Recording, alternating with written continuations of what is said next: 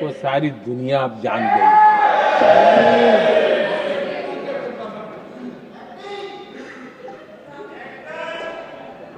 आप निकाल दीजिए पाकिस्तान के सारे बयान और यहां हमारा विरोध करने वाले लोगों के बयान फुल स्टॉप कॉमा के साथ एक है। क्या कहेंगे इसको? और बुरा लगता है सच बोलते हैं तो। पाकिस्तान के साथ सुर में सुर मिला दिया जाता है। आदरणीय अध्यक्ष जी,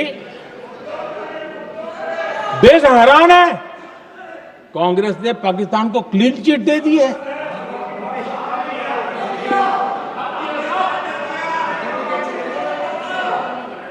उनकी ये हिम्मत, और इनकी आदत जाती नहीं है, ये हिम्मत कि पहलगाम के आतंकी पाकिस्तानी थे, इसका सबूत दो।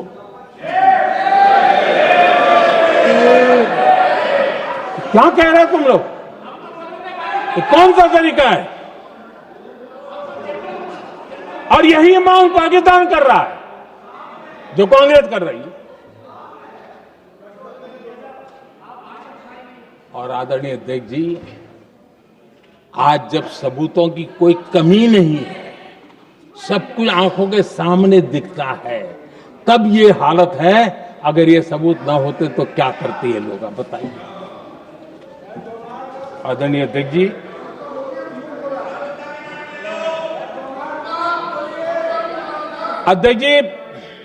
ऑपरेशन सिंदूर के एक पार्ट की तरफ तो चर्चा भी बहुत होती है, ध्यान भी जाता है, लेकिन देश के लिए कुछ गौरव की क्षणें होती हैं, ताकत की परिचय होता है, उसकी तरफ भी ध्यान जाना बहुत आकर्षित है। हमारे एयर डिफेंस सिस्टम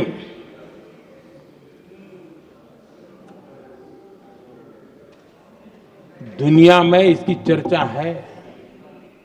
हमारे एयर डिफेंस सिस्टम ने पाकिस्तान की मिसाइल और ड्रोन्स उसको तिनके की तरफ बिखेर दिया था।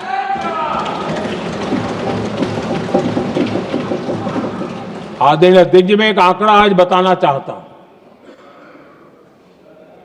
पूरा देश गर्व से भर जाएगा। कुछ लोगों का क्या होगा मैं नहीं जानता, पूरा देश गर्व से भर जाएगा। 9 मई को पाकिस्तान ने करीब 1000 मिसाइलों और आर्म्ड ड्रोन्स के भारत पर बहुत बड़ा हमला करने की कोशिश की। 1000 ये मिसाइलें भारत के किसी भी हिस्से पर गिरती तो वहां भयंकर तबाही मचती,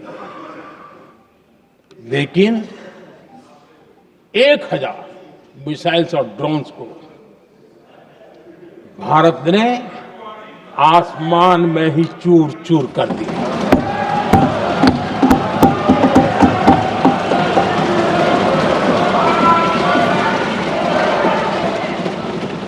हर देशवासी को इससे गर्व हो रहा।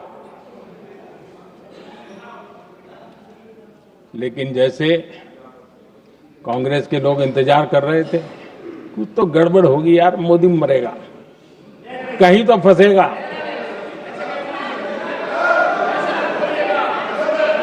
पाकिस्तान ने आदमपुर एयरबेस पर हमले का झूठ फैलाया, उस झूठ को बेचने की भरपूर कोशिश की, पूरी ताकत दी लगा दी। मैं अगले ही दिन आदमपुर पहुंचा और खुद जाकर के उनके झूठ को मैंने बेनकाब कर दिया। तब जाकर के उनको अकल ठिकाने लगी कि अब ये झूठ चलने वाला नहीं है। आदरणीय अध्यक्ष जी, जो हमारे छोटे दलों के साथी हैं, जो राजनीति में नए हैं, उनको कभी शासन में रहने का अवसर नहीं मिला, उनसे कुछ बातें निकलती मैं समझ सकता हूं। लेकिन कांग्रेस पार्टी ने इस देश में लंबे समय तक राज किया है, उसको शासन की व्यवस्थाओं का पूरा पता है, उन चीजों से वो निकले हुए लोग हैं, उनके लिए शासन व्यवस्था क्या होती है इसकी समझ पूरी है, अनुभव है उनके पास। उसके बाद भी विदेश मंत्रालय तुरंत जवाब दे, उसको स्वीकारना नहीं।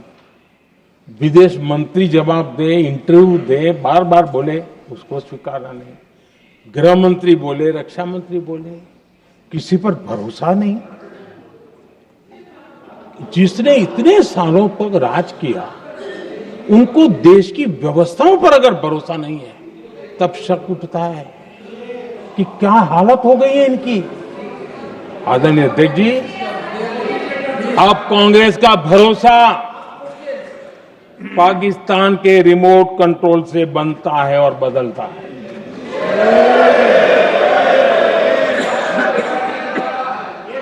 आदरणीय अध्यक्ष जी, एक बिल्कुल कांग्रेस के नए सदस्य, यानी उनको तो क्षमा करनी चाहिए, नए सदस्य को क्या कहेंगे, लेकिन कांग्रेस के आका जो उनको लिख करके देते हैं और उनसे बुलवाते हैं, खुद में हिम्मत नहीं है, उनसे बुलवाते हैं कि ऑपरेशन सिंदूर ये तो तमाशा था,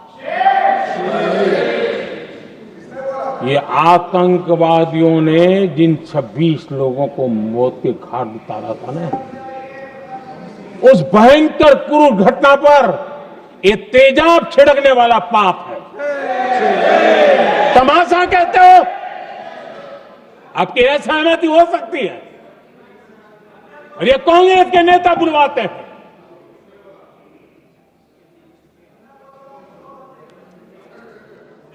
आदरणीय अध्यक्ष जी,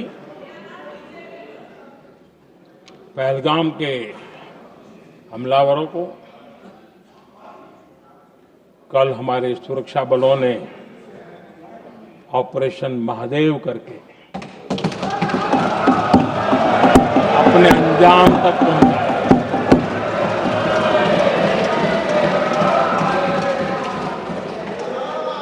लेकिन मैं हैरान हूं, यहां ठहाके लगा के पूछा गया कि आखिर ये कल ही क्यों हुआ।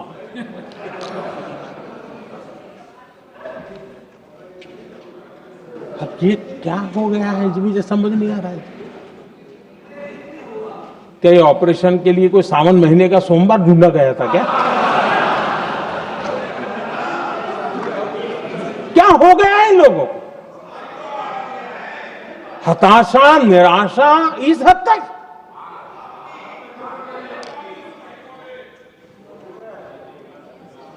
और देखिए मजा, पिछले कई सप्ताह से हाँ ऑपरेशन सिंदूर वगैरह तो ठीक है, पहलगाम के आतंकियों का क्या हुआ, पहलगाम के आतंकियों का अब हुआ तो कल क्यों हुआ?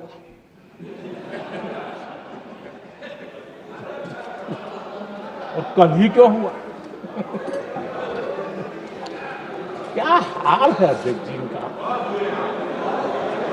आदरणीय अध्यक्ष जी,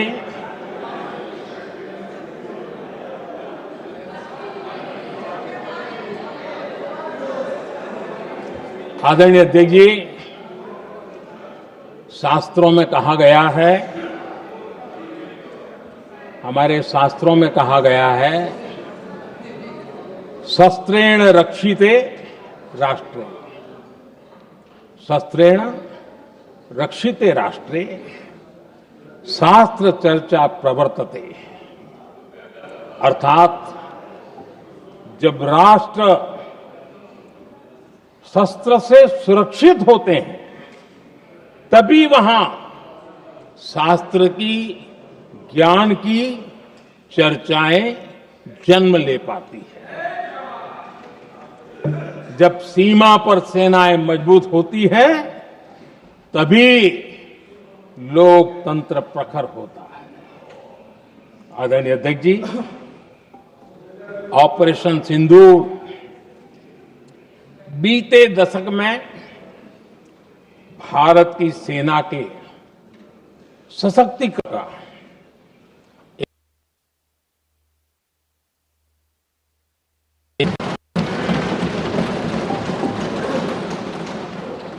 कांग्रेस के शासन के दौरान सेनाओं को आत्मनिर्भर बनाने के संबंध में सोचा तक नहीं जाता था। आज भी आत्मनिर्भर शब्द की मजाक उड़ाई जाती है। वैसे वो महात्मा गांधी से आया हुआ है, लेकिन आज भी मजाक उड़ाई जाती है। हर रक्षा सौदे में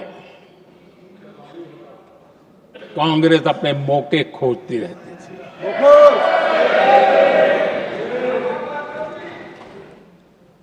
छोटे छोटे हथियारों को लिए विदेशों पर निर्भरता, ये इनका कार्यकाल रहा है। Bullet proof jacket, night vision camera तक नहीं होते थे,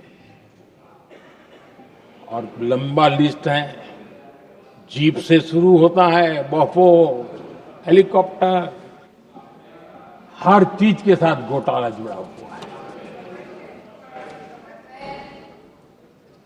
आदरणीय अध्यक्ष जी, हमारी सेनाओं को आधुनिक हथियारों के लिए दशकों तक इंतजार करना पड़ा। आजादी के पहले, और इतिहास गवाह, एक जमाना था जब डिफेंस मैन्युफैक्चरिंग में भारत का आवाज सुनाई देती थी। जिस समय तलवारों से लड़ा जाता था ना, तब भी तलवारें भारत की श्रेष्ठ मानी जाती थी। हम डिफेंस के इक्विपमेंट में आगे थे। लेकिन आजादी के बाद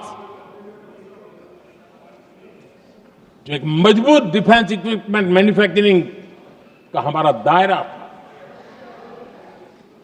जो हमारा पूरा इकोसिस्टम था, उसको सोच समझ करके तबाह कर दिया गया, उसको दुर्बल किया गया।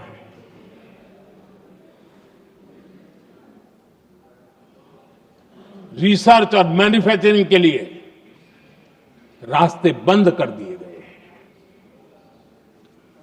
अगर इसी नीति पर हम चलते तो भारत इस 21वीं सदी में ऑपरेशन सिंदूर के संबंध में सोच भी नहीं सकता।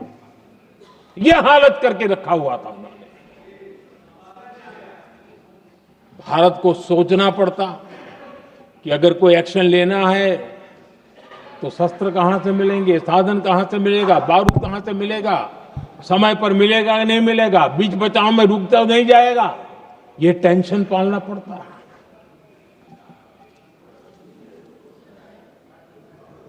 आदरणीय अध्यक्ष जी, बीते एक दशक में मेक इन इंडिया हथियार सेना को मिले, उन्होंने इस ऑपरेशन में बहुत निर्णायक भूमिका निभाई।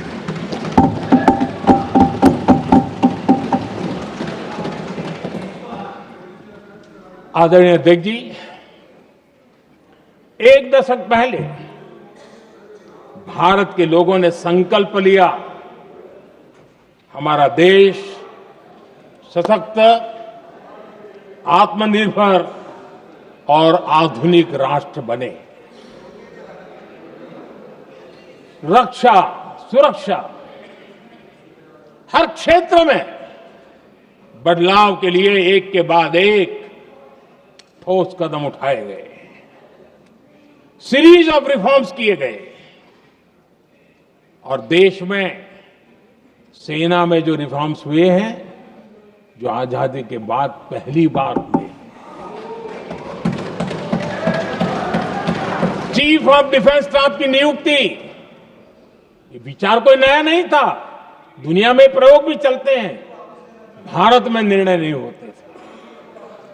हमने, ये बहुत बड़ा रिफॉर्म था, हमने किया, और बहुत ही मैं हमारी तीनों सेनाओं का अभिनंदन करता हूं कि इस व्यवस्था को उन्होंने दिल से सहयोग किया है, दिल से स्वीकार किया है। सबसे बड़ी ताकत ज्वाइंटनेस और इंटीग्रेशन की। इस समय नेवी हो, एयरफोर्स हो, आर्मी हो, ये इंटीग्रेशन और ज्वाइंटनेस ने हमारी ताकत को अनेक गुना बढ़ा दिया और उसका परिणाम भी हमें नजर में आया है। ये हमने करके दिखा है। सरकार की जो डिफेंस प्रोडक्शन की कंपनियां थी उसमें हमने रिफॉर्म किए। शुरुआत में वहां पर आग लगाना, आंदोलन करवाना, हड़तालें करवाने के खेल चल रहे थे, अभी भी बंद नहीं हुए हैं। लेकिन देश हित को सर्वोपरि मान करके उन डिफेंस इंडस्ट्री के हमारे जो लोग थे सरकारी व्यवस्था में, उन्होंने इसको मन से लिया, रिफॉर्म को स्वीकार किया और वो भी आज बहुत प्रोडक्टिव बन गए। इतना ही नहीं, हमने प्राइवेट सेक्टर के लिए भी डिफेंस के दरवाजे खोल दिए हैं और आज भारत का प्राइवेट सेक्टर आगे आ रहा है। आज स्टार्टअप्स डिफेंस के क्षेत्र में हमारे 27-30 साल के नौजवान, टियर 2, टियर 3 सिटी के नौजवान, कई कुछ जगह तो बेटियां स्टार्टअप का नेतृत्व कर रही है। डिफेंस के सेक्टर में सैकड़ों की तादाद में आज स्टार्टअप काम कर रहे हैं। ड्रोन्स, एक प्रकार से मैं कह सकता हूं, ड्रोन्स की जितनी भी एक्टिविटी हमारे देश में हो रही है, शायद एवरेज 30-35 की उम्र होगी जो लोग कर रहे हैं, सारे लोग, और सैकड़ों की तादाद में कर रहे हैं। और उसका ताकत, क्योंकि इनका भी योगदान था इसमें, जिन्होंने इस प्रकार के प्रोडक्शन किए हैं, और वो हमें ऑपरेशन सिंदूर में बहुत काम आए। मैं उन सबके प्रयासों को बहुत साधुवाद करता हूं और मैं उनको विश्वास दिलाता हूं, आगे बढ़िए, अब देश रुकने वाला नहीं है। आदरणीय अध्यक्ष जी, डिफेंस सेक्टर में मेक इन इंडिया ये नारा नहीं था। हमने इसके लिए बजट पॉलिसी में जो परिवर्तन करना था, जो नए इनिशिएटिव ले रहे थे, वो नए इनिशिएटिव लिए। और सबसे बड़ी बात, क्लियर कट विजन के साथ हमने देश में make in India defence sector के अंदर तेज गति से हम आगे बढ़ रहे हैं। आदरणीय अध्यक्ष जी, एक दशक में डिफेंस का बजट लगभग पहले से 3 गुना हुआ है। डिफेंस प्रोडक्शन में करीब करीब 250% वृद्धि हुई है, 250% वृद्धि हुई है। 11 वर्षों में डिफेंस एक्सपोर्ट 30 गुना से भी ज्यादा बढ़ा है, 30 गुना से ज्यादा। डिफेंस एक्सपोर्ट आज दुनिया के करीब 100 देशों तक हम पहुंचे। और आदरणीय अध्यक्ष जी, कुछ चीजें ऐसी होती हैं जो इतिहास में बहुत बड़ा प्रभाव छोड़ती है। ऑपरेशन सिंदूर ने डिफेंस का जो मार्केट है उसमें भारत का झंडा गाड़ दिया है। भारत के हथियारों की डिमांड आज बढ़ती चली जा रही है, मांग बढ़ रही है। ये भारत में उद्योगों को भी बल देगी, एमएसएमई को बल देगी, हमारे नौजवानों को रोजगार देगी और हमारे नौजवान अपनी बनाई चीजों से दुनिया में अपनी ताकत का प्रदर्शन कर पाएंगे। ये आज दिख रहा है, मैं देख रहा हूं। डिफेंस के क्षेत्र में जो आत्मनिर्भर भारत की दिशा में हम जो कदम उठा रहे हैं, मैं हैरान हूं। कुछ लोगों को आज भी तकलीफ हो रही है, जैसे उनका खजाना लूट गया। ये कौन सी मानसिकता है? देश को ऐसे लोगों को पहचानना होगा।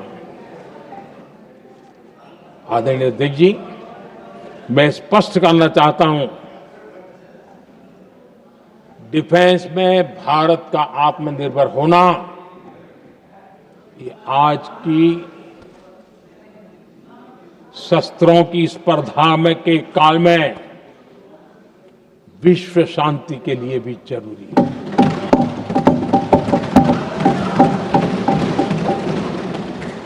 मैं पहले भी कह चुका हूं, भारत युद्ध का नहीं, बुद्ध का देश है। हम समृद्धि, शांति चाहते हैं,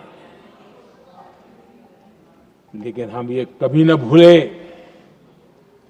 कि समृद्धि का और शांति का रास्ता शक्ति से ही गुजरता है।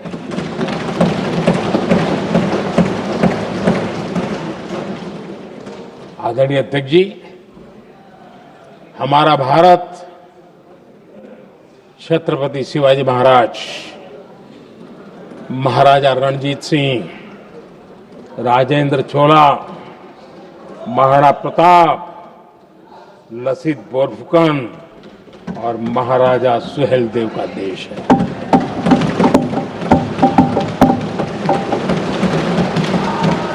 आदरणीय अध्यक्ष जी, हम विकास और शांति के लिए सामरिक सामर्थ्य पर भी फोकस करते हैं। आदरणीय अध्यक्ष जी, कांग्रेस के पास नेशनल सिक्योरिटी का विजन न पहले था और आज तो सवाल ही नहीं उठता है।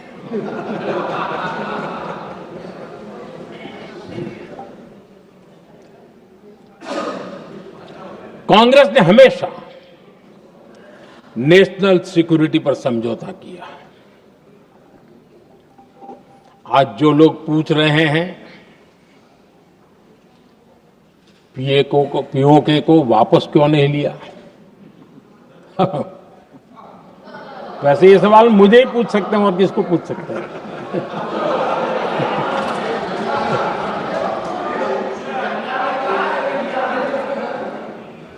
लेकिन इसके पहले जवाब देना होगा पूछने वालों को।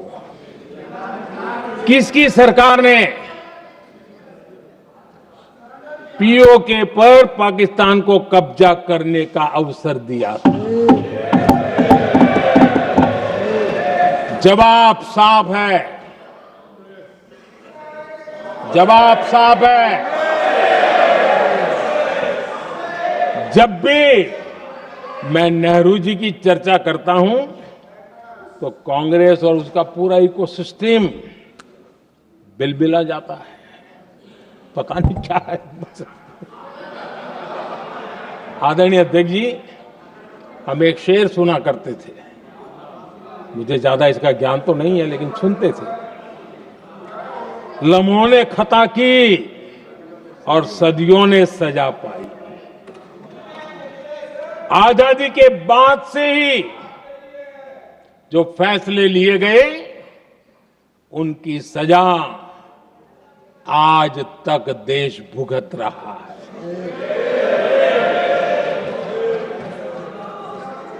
यहां बार बार एक बात का जिक्र हुआ और मैं फिर से करना चाहूंगा। अक्साई चीन की उस पूरे क्षेत्र को बंजर जमीन करार दिया गया, ये कह करके तो बंजर है।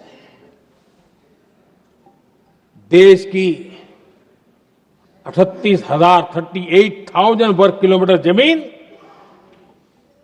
हमें खोनी पड़ी।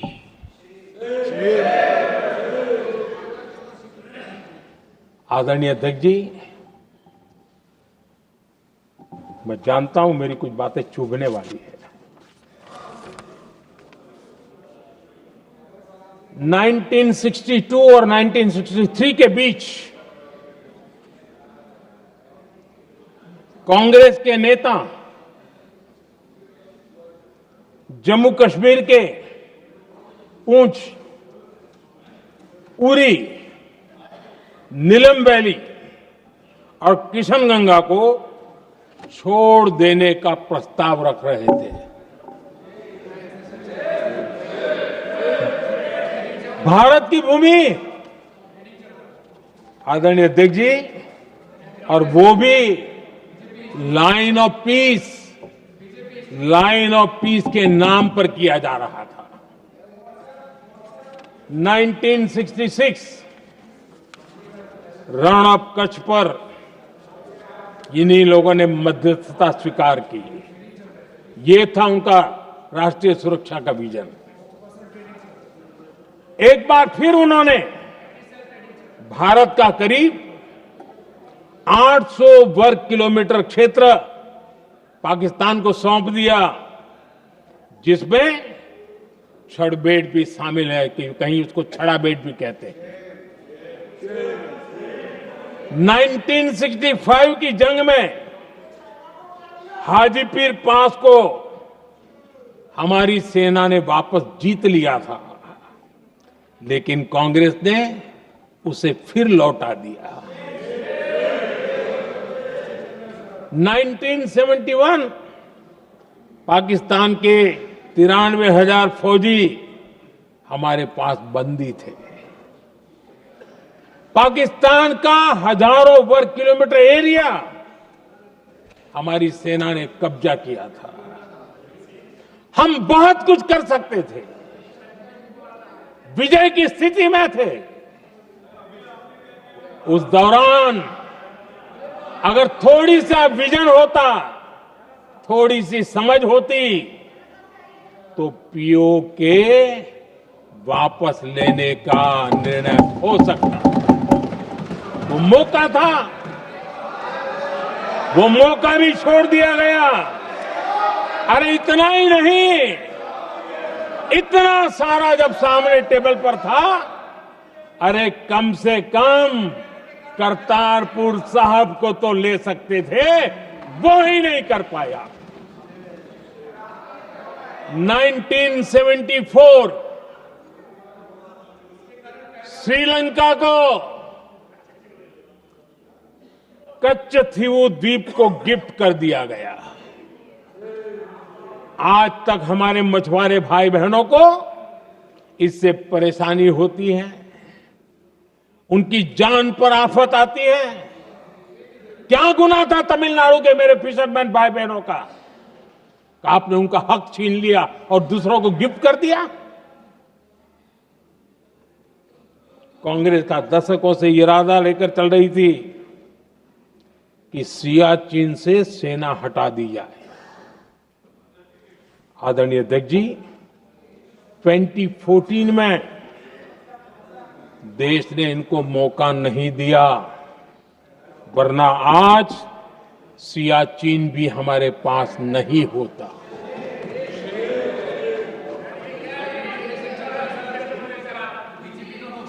आदरणीय अध्यक्ष जी, आजकल कांग्रेस के जो लोग हमें डिप्लोमेसी का पाठ पढ़ा रहे हैं, मैं उन्हें उनकी डिप्लोमेसी याद दिलाना चाहता हूं, ताकि उनको भी कुछ याद रहे, पता चले। 26/11 जैसे भयंकर हमले के बाद बहुत बड़ा आतंकी हमला था। कांग्रेस का पाकिस्तान से प्रेम नहीं रुका। इतनी बड़ी घटना 26/11 की हुई थी। विदेशी दबाव में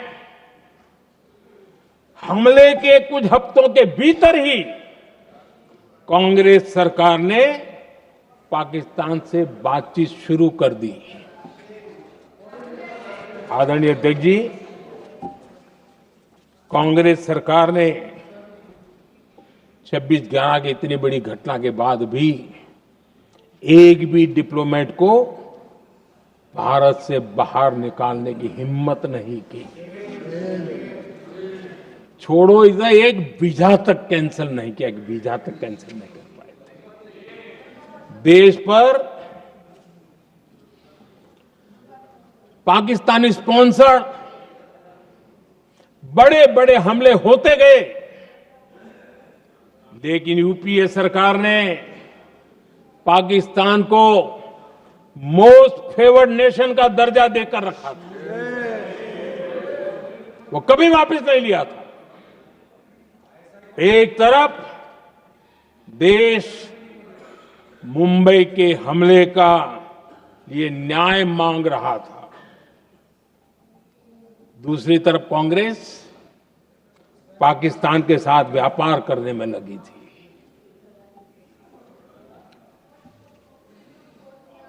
पाकिस्तान वहां से खून की होली खेलने वाले आतंकियों को भेजते रहे और कांग्रेस यहां अमन की आश के मुशायरे किया करती थी। मुशायरे होते थे। हमने आतंकवाद और अमन की आस का ये वन वे ट्रैफिक बंद कर दिया।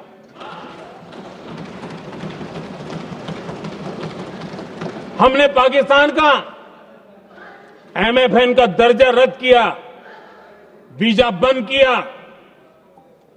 हमने अटारी वाघा बॉर्डर को बंद कर दिया। आदरणीय अध्यक्ष जी,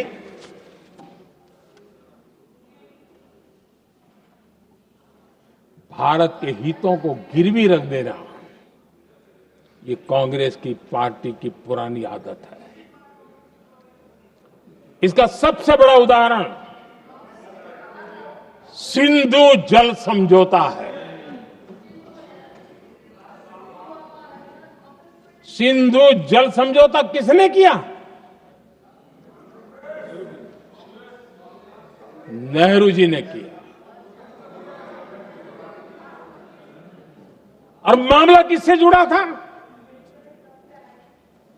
भारत से निकलने वाली नदियां, हमारे यहां से निकली हुई नदियां, उसका वो पानी था। और वो नदियां हजारों साल से भारत की सांस्कृतिक विरासत रही है, भारत की चैतन्य शक्ति रही है। भारत को सुजलाम सुफलाम बनाने में उन नदियों का बहुत बड़ा योगदान रहा है। सिंधु नदी जो सदियों से भारत की पहचान हुआ करती थी, उसी से भारत जाना जाता था। लेकिन नेहरू जी और कांग्रेस ने सिंधु और झेलम जैसी नदियों पर विवाद के लिए पंचायत किसको दी? वर्ल्ड बैंक को दी।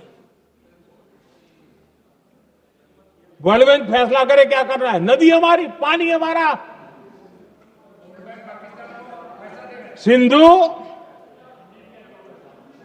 सिंधु जल समझौता सीधा सीधा भारत की अस्मिता और भारत के स्वाभिमान के साथ किया गया बहुत बड़ा धोखा था।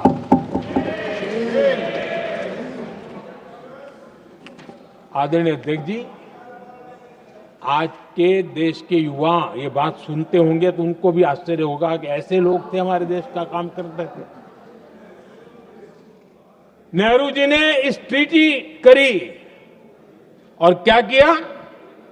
ये जो पानी था, जो नदियां थी, जो भारत से निकल रही थी, उन्होंने 80% पानी पाकिस्तान को देने के लिए वो राजी हो गए। और इतना बड़ा हिंदुस्तान, उसको सिर्फ 20% पानी। कोई मुझे समझाए भाई ये कौन सी बुद्धिमानी थी? कौन सा देश हित था? कौन सी डिप्लोमेसी थी? क्या हालत करके बना के रखा था आप लोगों ने? इतनी बड़ी आबादी वाला हमारा देश, हमारे यहां से निकलती हुई ये नदियां, और सिर्फ 20% पानी, और 80% पानी उन्होंने उसको दिया जो देश खुलेआम भारत को अपना दुश्मन करार कर देता रहा है, दुश्मन कहता रहा। और ये पानी पर किसका हक था? हमारे देश के किसानों का, हमारे देश के नागरिकों का। हमारा पंजाब, हमारा जम्मू कश्मीर देश के एक बहुत बड़े हिस्से को इन्होंने पानी के संकट में धकेल दिया। इस एक कारण से। और राज्यों के भीतर भी पानी को लेकर के आपस में संघर्ष पैदा हुई है, प्रतिस्पर्धा पैदा हुई, और उनका जिस पर हक था उस पर पाकिस्तान मौज करता रहा, और ये दुनिया में अपनी डिप्लोमेसी के पाठ पढ़ाते रहते हैं। आदरणीय अध्यक्ष जी, अगर ये ट्रीटी न होती तो पश्चिमी नदियों पर कई बड़ी परियोजनाएं बनती। पंजाब, हरियाणा, राजस्थान और दिल्ली, वहां के किसानों को भरपूर पानी मिलता, पीने के पानी की कोई समस्या नहीं रहती।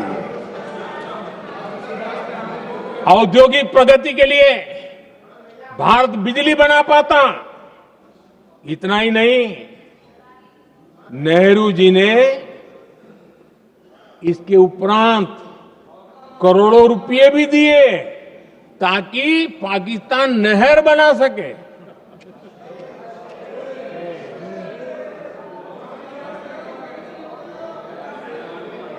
आदरणीय अध्यक्ष जी, इससे भी बड़ी बात, देश चौंक जाएगा। ये चीजें छिपाई गई है, दबा दी गई है। कहीं भी बांध बनता है तो उसमें एक मैकेनिज्म होता है उसकी सफाई का, डीसिल्टिंग का। उसमें जो मिट्टी भर जाती है, बाकी घास वगैरह आकर के भर जाता है, तो उसकी कैपेसिटी कम होती है, तो उसकी सफाई के लिए यानी इनबिल्ट व्यवस्था होती है। नेहरू जी ने पाकिस्तान के कहने पर यह शर्त स्वीकार की है कि इन बांध में जो मिट्टी आएगी, कूड़ा कचरा आएगा और बांध भर जाएगा, इसकी सफाई नहीं कर सकते, डीसिल्टिंग नहीं कर सकते हैं।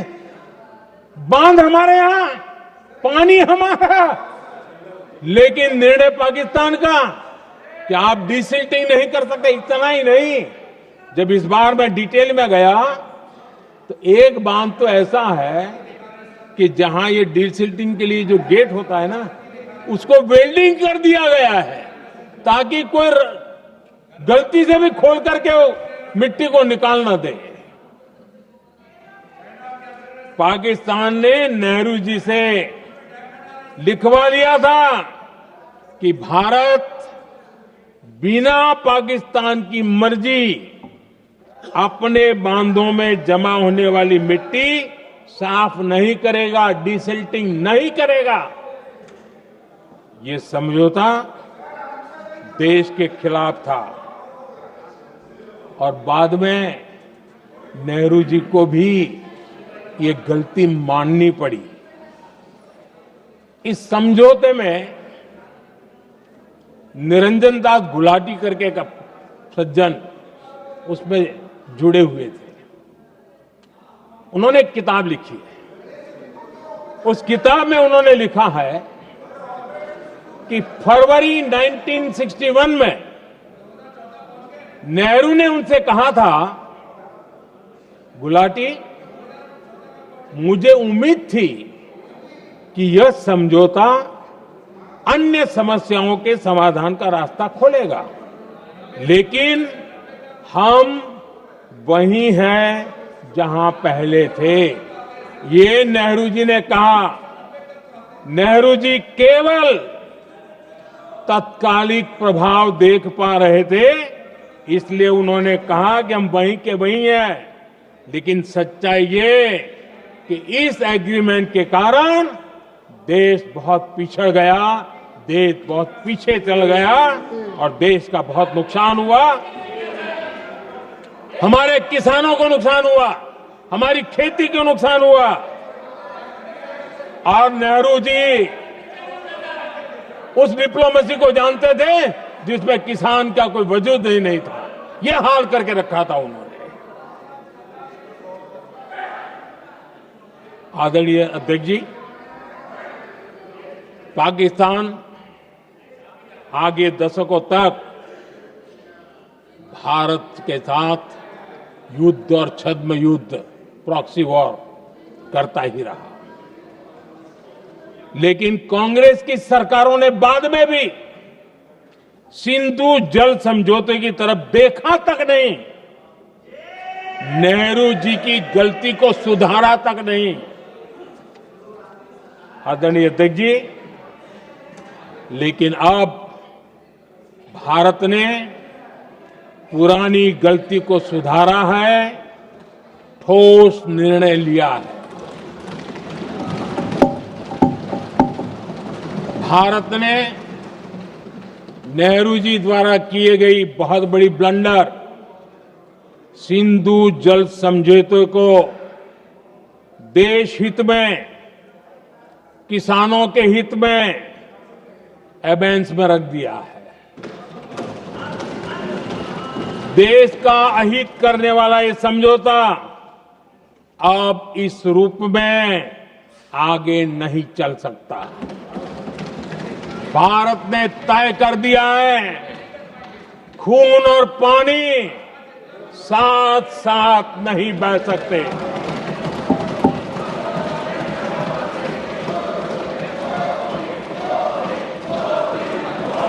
माननीय सदस्य, आप बहुत देर हो गई, आप उपनेता हैं, ये तरीका आप बैठे बैठे टोकते हैं, प्लीज, ये शोभा नहीं देता आपके लिए। बैठिए बैठिए बैठिए, आदरणीय बैठिए, शोभा नहीं देता आपका। अध्यक्ष जी, आप उपनेता, अपनी मर्यादा बना के रखें। चलिए बैठिए।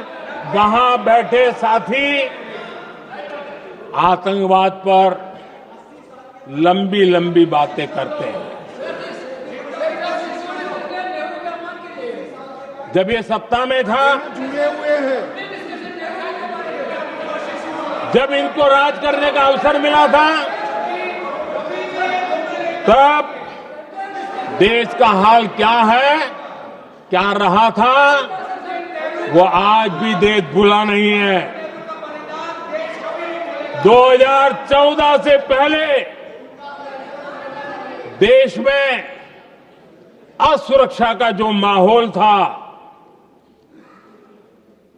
अगर वो आज याद भी करे ना, तो लोग सिहर जाते हैं। आदरणीय अध्यक्ष जी, हम सबको याद है, जो नई पीढ़ी के बच्चे हैं उनको पता नहीं है, हम सबको पता है। हर जगह पर अनाउंसमेंट होता था, रेलवे स्टेशन पर जाओ, बस स्टैंड पर जाओ, एयरपोर्ट पर जाओ, बाजार में जाओ, मंदिर में जाओ, कहीं पर भी जाओ, जहां भी भीड़ होती है, कोई भी लावारिस चीज दिखे छूना मत, पुलिस को तुरंत जानकारी देना, वो बम हो सकता है। हम 2014 तक यही सुनते आए थे, ये हालात करके रखा था। देश के कोने कोने में यही हाल था। माहौल ये था कि जैसे कदम कदम पर बम बिछे हैं और खुद को ही नागरिकों ने बचाना है, उन्होंने हाथ ऊपर कर दिए थे, अनाउंस कर दिया। आदरणीय अध्यक्ष जी, कांग्रेस की कमजोर सरकारों के कारण देश को कितनी जानें गंवानी पड़ी, हमें अपनों को खोना पड़ा। आदरणीय अध्यक्ष जी, आतंकवाद पर लगाम लगाई जा सकती थी। हमारी सरकार ने 11 साल में ये करके दिखाया, एक बहुत बड़ा सबूत है। 2004 से 14 के बीच जो आतंक की घटनाएं होती थी, उन घटनाओं में बहुत बड़ी कमी आई है। इसलिए देश भी जानना चाहता है, अगर हमारी सरकार आतंकवाद पर नकेल कस सकती है, तो कांग्रेस सरकारों की ऐसी कौन सी मजबूरी थी कि आतंकवाद को फलने फूलने दिया। आदरणीय अध्यक्ष जी, कांग्रेस के राज में आतंकवाद अगर फला फूला है, उसका एक बड़ा कारण इनकी तुष्टीकरण की राजनीति है, वोट बैंक की राजनीति है। जब दिल्ली में बाटला हाउस एनकाउंटर हुआ, कांग्रेस के एक बड़ी नेता के आंख में आंसू थे, आतंकवादी मारे गए इसके कारण। और वोट पाने के लिए इस बात को हिंदुस्तान के कोने कोने में पहुंचाया गया। आदरणीय अध्यक्ष जी, 2001 में देश की संसद पर हमला हुआ था। तब कांग्रेस के एक बड़े नेता ने अफजल गुरु को बेनिफिट ऑफ डाउट देने की बात कही थी। आदरणीय अध्यक्ष जी, मुंबई में 26/11 का इतना बड़ा आतंकी हमला हुआ, एक पाकिस्तानी आतंकी जिंदा पकड़ा गया। पाकिस्तान की मीडिया ने, दुनिया ने यह स्वीकार किया कि पाकिस्तानी है, लेकिन यहां कांग्रेस पार्टी इतना बड़ा पाकिस्तान का पाप, इतना बड़ा पाकिस्तानी आतंकी हमला, और ये क्या खेल खेल रहे थे? वोट बैंक की राजनीति के लिए क्या कर रहे थे? कांग्रेस पार्टी इसको भगवा आतंक सिद्ध करने में जुटी हुई है।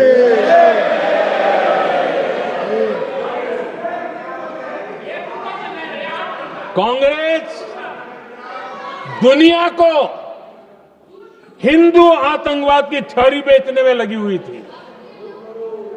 कांग्रेस के एक नेता ने अमेरिका के बड़े राजनयिक को यहां तक कह दिया था कि लश्कर-ए तोयबा से भी बड़ा खतरा भारत के हिंदू ग्रुप है। यह कहा गया था। तुष्टीकरण के लिए कांग्रेस ने जम्मू कश्मीर में भारत का संविधान, बाबा साहब अंबेडकर का संविधान, उसे जम्मू कश्मीर में पैर नहीं रखने दिए। इन्होंने घुसने नहीं दिया, उसे बाहर रखा। तुष्टीकरण और वोट बैंक की राजनीति के लिए कांग्रेस हमेशा देश की सुरक्षा को बलि चढ़ाती रही। आदरणीय अध्यक्ष जी, तुष्टीकरण के लिए ही कांग्रेस ने आतंकवाद से जुड़े कानूनों को कमजोर किया। गृहमंत्री जी ने आज विस्तार से सदन में कहा है, इसलिए मैं इसको रिपीट करना नहीं चाहता। आदरणीय अध्यक्ष जी, मैंने इस सत्र की शुरुआत में आग्रह किया था, मैंने कहा था कि दल हित में हमारे मत मिले न मिले, दल हित में हमारे मत मिले न मिले, देश हित में हमारे मन जरूर मिलने चाहिए। पहलगाम की विभीषिका ने हमें गहरे घाव दिए हैं, उसने देश को झकझोर दिया है। इसके जवाब में हमने ऑपरेशन सिंदूर किया, तो सेनाओं के पराक्रम ने, हमारे आत्मनिर्भर अभियान ने देश में एक सिंदूर स्पिरिट पैदा किया है।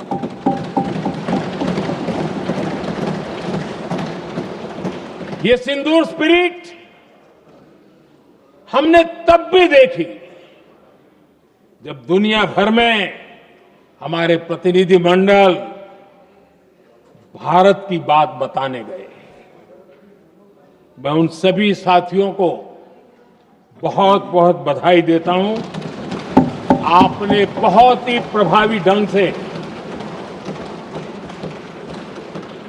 भारत की बात डंके की चोट पर दुनिया के सामने रखी। लेकिन मुझे दुख इस बात का है, हैरानी भी है, जो खुद को कांग्रेस के बड़े नेता समझते हैं, उनके पेट में दर्द हो रहा है कि भारत का पक्ष दुनिया के सामने क्यों रखा गया। शायद कुछ नेताओं को सदन में बोलने पर भी पाबंदी लगा दी गई है। आदरणीय अध्यक्ष जी, इस मानसिकता से बाहर निकलने की जरूरत है। कुछ पंक्तियां मेरे मन में आती हैं, मैं अपने भाव व्यक्त करना चाहता हूं। आदरणीय अध्यक्ष जी, करो चर्चा और इतनी करो, करो चर्चा और इतनी करो कि दुश्मन दहशत से दहल उठे, दुश्मन दहशत से दहल उठे। रहे ध्यान बस इतना ही, रहे ध्यान बस इतना ही, मान सिंदूर और सेना का प्रश्नों में भी अटल रहे। हमला मां भारती पर हुआ अगर, तो प्रचंड प्रहार करना होगा। दुश्मन जहां भी बैठा हो, हमें भारत के लिए ही जीना होगा। मेरा कांग्रेस के साथियों से आग्रह है कि एक परिवार के दबाव में पाकिस्तान को क्लीन चिट देना बंद कर दें। जो देश की विजय की क्षण है, कांग्रेस उसे देश के उपहास का क्षण न बनाए। कांग्रेस अपनी गलती सुधारें।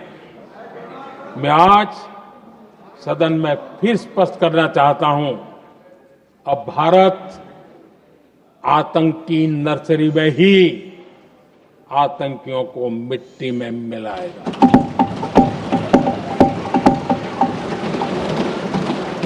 हम पाकिस्तान को भारत के भविष्य खेलने नहीं देंगे और इसलिए ऑपरेशन सिंदूर खत्म नहीं हुआ है, ऑपरेशन सिंदूर जारी है। और ये पाकिस्तान के लिए भी नोटिस है। वो जब तक भारत के खिलाफ आतंक का रास्ता रोकेगा नहीं, तब तक भारत एक्शन लेता रहेगा। भारत का भविष्य सुरक्षित और समृद्ध होगा, यही हमारा संकल्प है। इसी भाव के साथ मैं फिर से सभी सदस्यों को सार्थक चर्चा के लिए धन्यवाद देता हूं। और आदरणीय अध्यक्ष जी, मैंने भारत का पक्ष रखा है, भारत के लोगों की भावनाओं को व्यक्त किया है। मैं सदन का फिर से आभार व्यक्त करता हूं। बहुत बहुत धन्यवाद।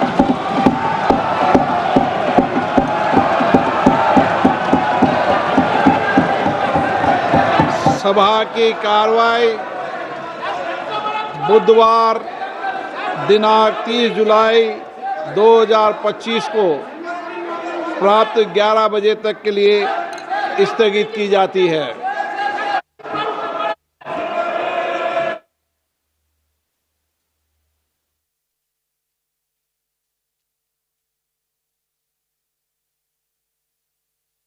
प्रधानमंत्री नरेंद्र मोदी ने बता दिया कि कैसे कांग्रेस को पाकिस्तान से मुद्दे इंपोर्ट करने पड़ रहे हैं और जो हमारी सेना ने किया है वो आतंक के खात्मे के लिए एक बड़ा कदम है। आतंक के आकाओं तक वो चोट पहुंची है जो ऑपरेशन सिंदूर में हमने पाकिस्तान पर गिराई। साथ ही साथ अब चूंकि संबोधन खत्म हो चुका है और जैसे लोकसभा अध्यक्ष ओम बिरला की तरफ से बताया भी गया कि कल यानी कि बुधवार तक के लिए सुबह 11 बजे तक के लिए सदन की कार्यवाही स्थगित कर दी गई है। यानी प्रधानमंत्री नरेंद्र मोदी के संबोधन के साथ ही आज की जो कार्यवाही है वो खत्म हो गई है, अब स्थगित की गई है कार्यवाही कल सुबह 11 बजे तक के लिए। प्रधानमंत्री नरेंद्र मोदी ने अपने संबोधन में ऑपरेशन सिंदूर को लेकर, पाकिस्तान को लेकर, आतंक को लेकर बड़ी बातें कही हैं। विपक्ष लगातार ये मांग कर रहा था कि ऑपरेशन सिंदूर पर हम चर्चा चाहते हैं, स्पेशल टाइम बुलाया जाए, यानी कि स्पेशल सेशन में जो टाइम है चर्चा का वो रखा जाए। ऐसे में लोकसभा राज्यसभा दोनों ही जगह ऑपरेशन सिंदूर को लेकर बात हो भी रही है। पक्ष विपक्ष दोनों ही तरफ के नेता बात कर रहे हैं और प्रधानमंत्री नरेंद्र मोदी का संबोधन खास रहा। करीब 1 घंटा बोले पीएम मोदी।